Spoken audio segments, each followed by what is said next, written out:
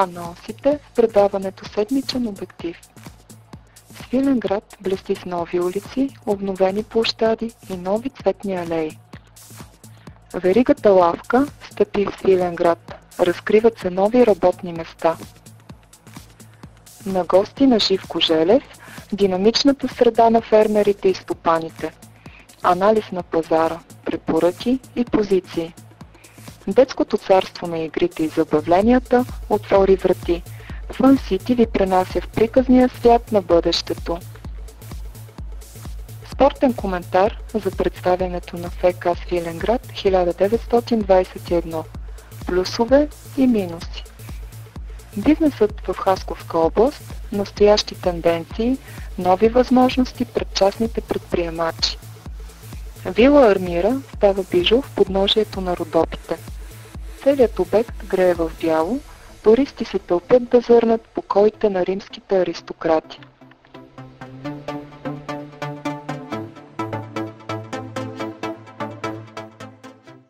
През тази година местната власт в Свиленград е на път да реализира мащабен ремонт, при който вече напълно обновени са 10 на 100 от улиците в граничния град.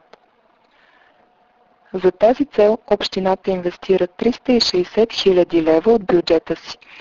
През ремонтираните трасета вече са прокарани нови водопроводи и газопроводи. Изградени са и нови тротуари. Изпълнител на асфалтирането е Път Инженеринг ЕООД Пловдив. Освен това, напълно асфалтирани са 29 улици в централната градска част. Това е инвестиция, която цели да улесни трафика в града, който се увеличил 3 пъти през последните 5 години. Последният мащабен ремонт в Свиленград бе осъществен през 2010 година. Тогава бяха отремонтирани 34 улици, 24 в града и 10 в крайния квартал Гебран. Обновени бяха също площадите 5 октомври и 14 март. В благоустрояването бяха вложени 2 милиона 657 хиляди 694 лева от облигационния заем от 5,5 милиона лева, които емитира общината. Останалите средства от заема бяха използвани за подмяната на водопроводната мрежа в централната част на града.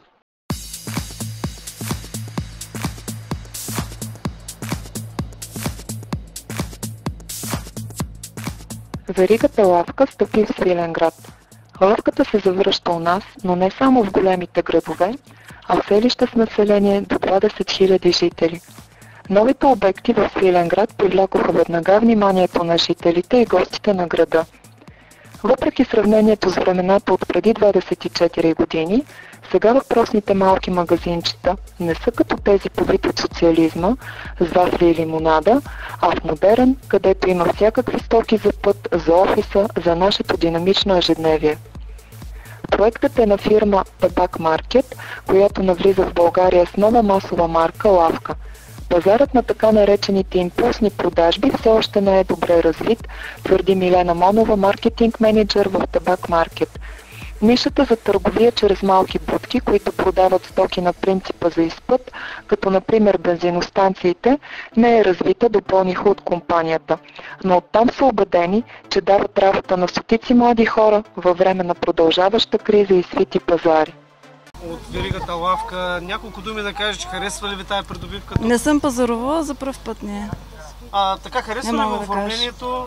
Добре изглеждат. Добре изглеждат. Добре изглеждат. Да. Какво е вашето мнение за тези нови придобивки, които в общината се разполагат? Смятате ли, че са удачни на фона на кризата, която продължава в дребната търговия? Разпространението на вестниците, на пресата, мисля, че за нашия град бяха предостатъчно. Нямало е нужда, но това вече е друга политика, която някой друга определя.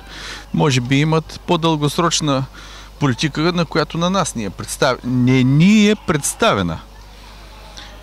Дали качеството на услугите ще станат по-качествени, това можем само във времето да го определим. Би имало смисъл, ако цената е по-ниска.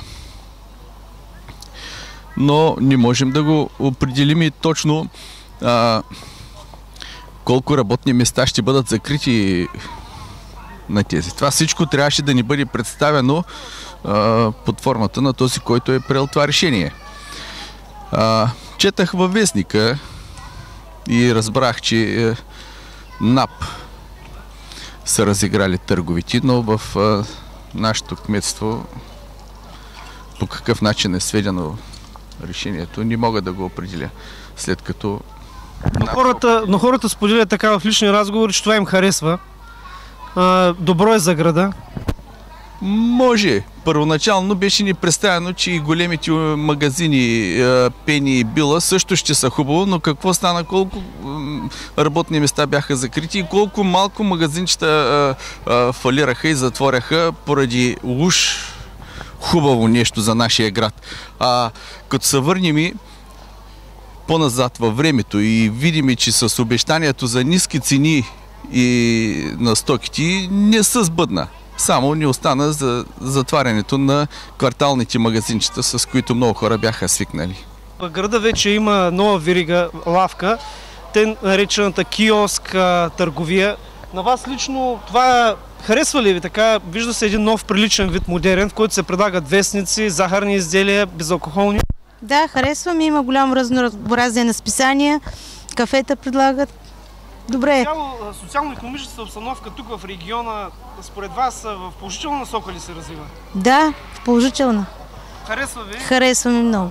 Инфраструктурата се работи активно? Да. Асфалтират се улици? Да. Добре се развива. Има бъдеще според вас за младите в града? Има голямо бъдеще. Добре, благодаря ви.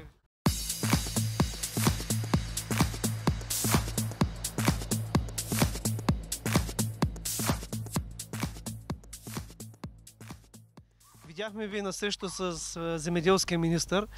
Каква е вашата позиция конкретно към действията на частните фирми, които са на пазара и конкретно към действията, които предприема Министерството на земеделието и храните за подпомагане на тютюнджиите? За до година са обещани 100 милиона лева за кампанията. Да, Живко Желев съм, земеделски производител от село Мострак и най-вече тютюнопроизводител. В продължение на 3 години от 2010 до 2013 включително и тая година се занимавам с тютюнопроизводство. Значи от 2010 съм на пазара, деца вика, защото много от правителства, които се смениха през това време, значи тройна коалиция, управлението на ГЕРБ, сега пак двойна ли е тройна коалицията, не знам каква е. Те да си кажат управляващите, но де-факто ние се борим за нашите права и най-вече за оцеляване на тютюнопроизводството в България. Тъй като аз мога да приведа тук по нивята в землището на село Мострак и сами да видите, че самата почва няма какво друго да се произвежда. Аз на тия почва съм сял и зърно, тъй като съм и зърно производител. Отглеждам някъде около 200-300 декара, които примерно 130-140 тютюн, другите са зърно и така всяка година се заменят тия декари. Изкарвам на декар по 150 кг, за което зърното тази година при тия цени на 25 стотинки или 20 стотинки няма как да се покрие разходите. Сега тютюна миналата година в фирмите, самите фирми бяха на пазара много по-рано, отколкото тази година. Започнаха да раздават кашони някъде края на август, септември и може би до края на ноември тютюна на кампанията беше приключила изкупната кампания. Цената беше задоволителна, около 7 лева средна цена. Но тази година от среща в Харманли, която беше тук миналата седмица, самите фирми заявиха, че кампанията ще закъсне тази година. Не знам по какви причини, но те самите знаят, но по мое виждане, по мое мнение, че евентуално цената ще иска да падне. Тъй като сега кашони, когато се раздадат края на този месец, изкупната кампания да почне евентуално на 15 декември, идват коледни празници, нова година, влизаме вече в 2014, януари, февруари. Кредитите се застъпват, няма кой да ги плаща. Кампанията да дойде да вземе, не може да го вземе цялото количество. При нас имам 20 тона, 25 тона. Тютюна тук самите, сега ще го покажа. Складовите, на които ето сега кашони съм взел 100 на заем, ги правя да си направя това, което тютюна е проблемен. Тъй като вижте и самото време кое е магния. Дават го бури, снеговалежи другата седмица. И няма как аз, примерно, да разполагам с складове, които са, примерно, на фирмите. Които имат складове там при определени температури, при съхранение. Но това е умишлено и ще видите и самите, че средната цена на метанол 6,50 няма да е повече. Така си мисля аз. При това съотношение вие си сметнете. Горелата как са? Всичко с колко процента седи? С 10, 15, не с 20. Има и с 50 и 100% дигнати на цените. Вижте, самите банки в момента, една такса за паспорт беше 2,50. Колко слъжа. Тук наскоро ми се наложи да сменям паспорта. Вече 5 лева. Значи 100% дигане на цените и то банката, която услугата е едно нищо. Един лист, който се напечата. При нас всичкото е ръка, ръчно. Ние нямаме механично производство на тютюна. Всичкото е ръчно. Започваме кампанията в февруари, март месец и вижте, още не съм приключил. И не съм само аз, ние сме тук. От коя власт сте най-доволен? По времето на царя казвате... На царя. Значи... Коя власт правише най-много за земеделски производители? Значи за властта не мога да кажа коя е най-практичната и най-такова, защото когато имаш тютюн, когато беше тройната, когато се даваха премиите, беше най-добре. Значи тютюна се взимаше около 4,50 средна цена и премии се даваха, вид премиите бяха 4,20. И общо сума ставаше някъде около 9 лева. Примерно 9 лева на 20 тона са 180 хиляди лева. А сега 20 тона 7 лева викаме, че е добре, 140 хиляди. Значи колко губя аз? 40 хиляди губя. 40 хиляди при инфлация? Точно, при инфлация въобще разходи. Даже ние самите пред тия неща, защото има работници, които аз трябва да ги осигурявам. Затова те ги наемаме, те са сезонни. Да. Този месец идва, другия се отива, не са някакви постоянни. А по принцип, ако е всичкото добре и както трябва да е, аз ще направя фирма. Аз ще направя фирма, за която тия работи, аз ще си ги осигурявам по някакъв начин. Но ще го осигурявам те да ми работят, ще бъде доброто заплащане към тях, както те самите отиват в Гърция. Там заплащането, примерно на низа дават 2 евро, там е 4 лева, тук ни даваме 1,50 на низа. Да. Значи то е по-добре да иде в Гърция. Нали, вярно, там стандарта е по-висок, но за сметка на това, заплащането е по-високо и може да спестяваш. А тук няма как да спестиш. Добре. Това е, вие самите сега ще говорим тук до другите колеги, в Мострак имаме, може би, от най-големите тютюнопроизводители сме тук в Свиленградска община, Мострак. Около 300 тона годишно се произвежда тютюн и този тютюн с добро качество. За което фирмите бяха, и аз мога да кажа, даже да похваля и Бойко Борисов, за което отначало представяше, беше пратил полиция да не арестува, дела беше не образувал отначало, че вие ще ли вие тютюнджите сте хора на ДПС-то, че сте на БСП-то, никой нито не накара, нито сега по някой мен може да ме накара някъде да изляза или да прави нещо. Ако наистина виждам, че наистина нещата не върват добре в тютюнопроизводство, независимо кой е на власт. Бойко ли е, Станишев ли е, Доган ли е, мен това не ме интересува. Нито Доган ще ми нахрани децата, нито Станишев ще ми нахрани децата, нито Бойко ще ми нахрани децата. Обаче, когато има едно правителство, което мисли за бъдещето, не само на тютюнопроизводителите, говоря и за лекарите, говоря и за учителите, говоря за всяка една сфера. Защото съм бил и бивш полицай, сега виждам, че полицаите са изкарани като кучета по улиците и кой им плаща, къде дрехи нямат, къде обувки нямат. Това е нещо, което е трагично за тях. И те самите го знаят, но нямат право да кажат какво става. Добър ден, първо. Намираме се в землището на село Мострак, в складовите помещения. Какъв е работният процес? В момента на каква фаза сте от обработката на тютюневите низи? Много сме доволни за низите, обаче, ама чорбаджиите много да се набутат за една дума. Напта си имат борена, това онова, нанесите...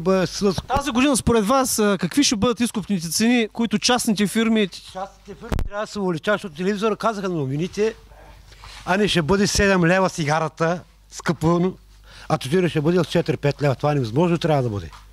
Тоест някъде по веригата някой прави огромна печалба от 300-400%. Това ли искате да кажеш? Да, правите ми. Най-печалбата е на годината, не знам колко, 3 милиарда или колко печалби от цигарата, а чорбаджите гени ще не печелят. Да. Тоест собствениците, които гледат тютюна, да. Знаете как зор виждаме? Денонощно работиме. Денонощно. Всичко е ръчно. Ставаме 2 часа, до 11 часа до обяд работиме. И за нас малко идва на ницата. И ние имаме семейство. Да. Ако има някой заводи, ще работим, няма да идваме на тютюн, няма и трябва да работим на тютюн. Да изкараме някой лев за семейството. И за нас. Сега чуваме добри думи за новия министър. Вие доволни ли сте от новия министър, който обеща да вдигне... Цената.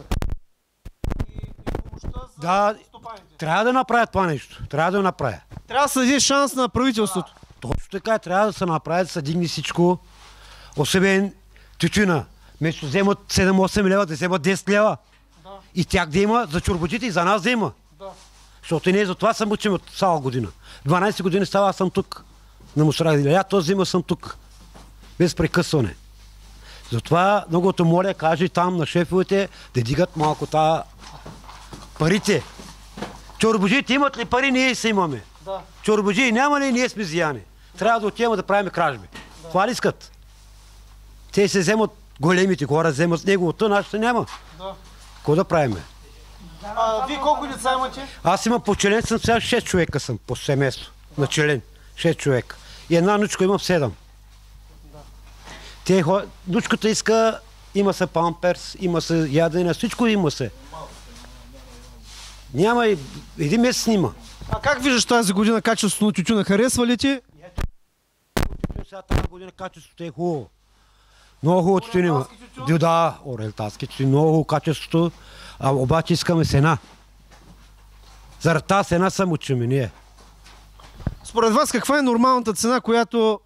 За мен е цена 9 лева да е тютюна. Да. И чорбаджи да станат доволни и ние да ставаме доволни. Според вас колко трябва да се увеличат субсидиите за стопаните, които гледат тютюн? Те се знаят. Те се знаят, защото има... На годината най-малко харчат 4 тона нафта. На годината. Чупят се трактори, се връщат се. Голема разноски имат. Много разноски имат. И затова някой път чорбаджите се нервират, защото нефтини вземат тютюна и се набутат от наниците, от всичко се набутат. И от тракторите, от всичко. Да. От до. Но Асоциацията на тютюнопроизводителите, тютюнджиите в България показват добри резултати. Успяват да се впише добре в контакта с Земеделското министерство. Как оцените тая работа? Тоест Асоциацията на производителите. Трябва да е всичко да е нормално. Всичко трябва да е как вари нещата, така да вари. И дано цялата продукция, говоря за цяла България, да е продадена на цена, която удовлетворява тютюнопроизводителите. А лично от мое име и всички тютюнопроизводители от село Мустрак искам да благодаря на господин Филев, председател на асоциацията над 2010, заместника на господин Асен Кичуков и също така представителя за Хасковски регион Румен Минчев, за което в наше отсъствие, тъй като ние нямаме възможност да пътуваме с тях до София и срещи с министри и ръководители, и въобще с фирми, но те от наше име гласували сме това доверие, направиха много за нас. И продължават за напред да правят това, което е за тях много трудно, но все пак се справят с нещата. И мисля, че и през предишното управление с господин Борисов стигнаха до консенсус и направиха много за тютюнопроизводители. Сега с това правителство са влезли в контакти и мисля, че с частта на министъра Греко, който лично доведе в Харманли да присъства, заедно с целият екип от Министерството, с господин Ралчев, който наистина доведе и обясни, че много неща има пари от Европа за тютюна, но трябва заедно да се кооперираме, за да направим занапред неща, които наистина ще бъдат в наша полза. Благодаря на над 2010 и нека пак занапред, тъй като изпълната кампания не е започнала, заедно да се мобилизираме, самите фирми и те да бъдат така снисходителни към нас, да дадат цена, за която заслужава и самата стока. Значи ние не искаме стока, която примерно не струва пари да се дават пари, искаме стока, която струва пари да се дават пари. Има един наболял проблем, всички виждаме огромната вълна, която залива Свиленград, Любимец, Харманли, стига и до София от бежанци. Тук в селото разбрахме, че има засилен интерес към къщите на някои стопани, които не живеят тук и към вашата къща. Какво е вашето мнение въобще за цялостната ситуация? Първо, гранична полиция и редовите полицаи справят ли се с ситуацията по опазването на зелена граница? Второ, има ли възможност поминъка на хората така да се вдигне малко на крака покрай тези бежанци, които идват от Сирия, които са гонени от групировката Ал-Нусра и силите на Башар Асад? Значи, първо да кажа за бежанците, те също са хора като нас. Значи, както ние имаме деца и се грижим за тях, така и те за децата си явно бягат във войната, която в момента е в Сирия. И наистина тези хора трябва по някакъв начин да се помогне. Нали?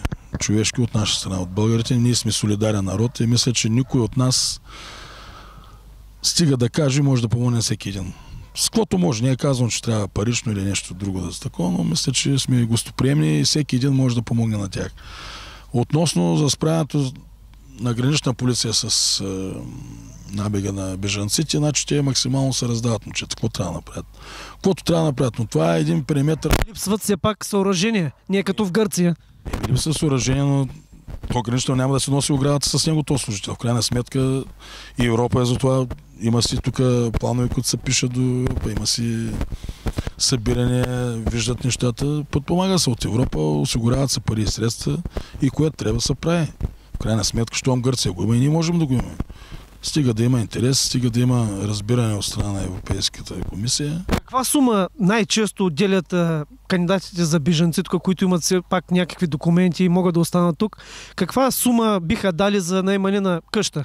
Етаж, цяло помещение, стая? Значи найема за къща е 600 лева на месец. Говорим за 2 етажа къща, 300 на втори етаж и 300 на първи етаж, които след малко ще ви ги покажа, може да ги заснимете като условия.